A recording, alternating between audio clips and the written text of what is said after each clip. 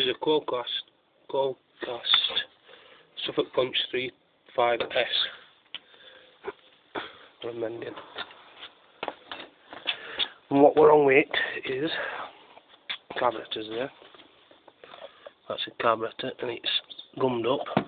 And I want to link this link pipe from carburettor to engine. And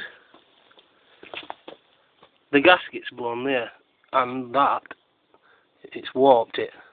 It's not a flat surface, so I'm going to have to